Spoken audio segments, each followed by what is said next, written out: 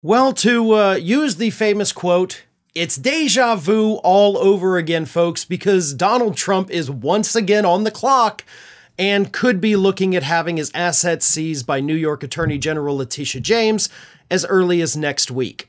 Now, you may be wondering, but hey, Farron, he paid the bond, right? Well, kind of, but also no. And this is a weird situation that we're in right now.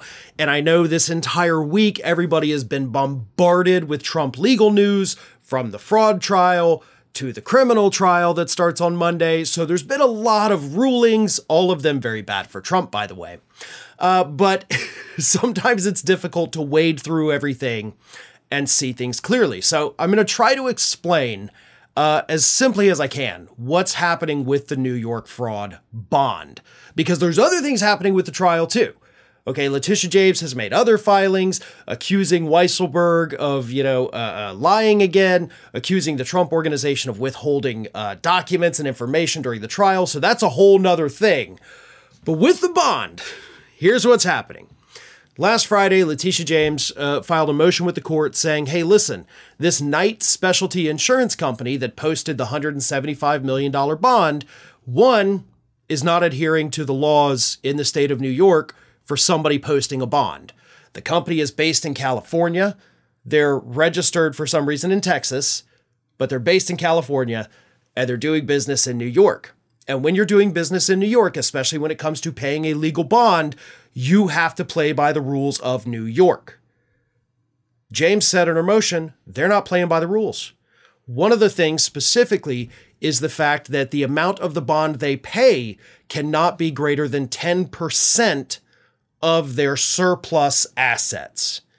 And based on the most recent financial filing that we have from this company, which is from December, the amount they paid is actually 127% of their surplus assets, which means this company is not able to actually pay the bond and continue functioning as a company, which is illegal in the state of New York. Therefore, the bond should be voided.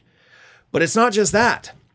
Apparently, the company submitted incomplete filings, incomplete documents with the bond. Let me read you this.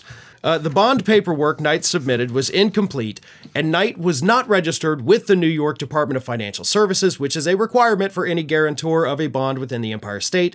It also didn't include a corporate financial statement that showed the guarantor has the resources necessary to pay the bond. So they didn't fill out all the paperwork. They didn't turn in all their documents. They're not registered with the state to pay the bond. So when James made this motion last Friday, she asked the court, look, give them 10 days. If they don't do it in 10 days, we void this whole thing.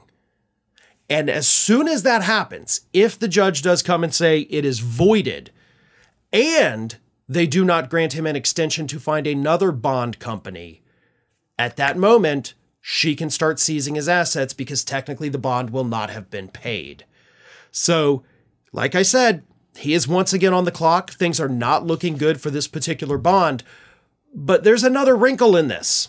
And it's a wrinkle that works against both Donald Trump and the New York Attorney General.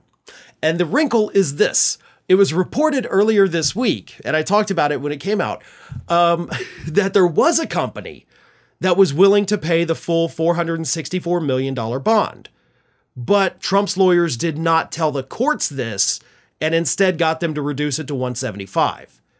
So if that company is still out there saying, we'll still pay the full amount, then Trump could do that and Letitia James doesn't get to, seize his assets. However, if such a company does exist and his lawyers didn't tell the court that, then they're going to be in serious trouble for withholding information and getting the bond reduced. So nobody really wins in that situation. But that's what's happening right now with this bond payment. Things are not looking good for Donald Trump. They're not looking good for Knight Specialty Insurance Company. And if everything plays itself out this way, Trump could see his assets being seized as early as next week.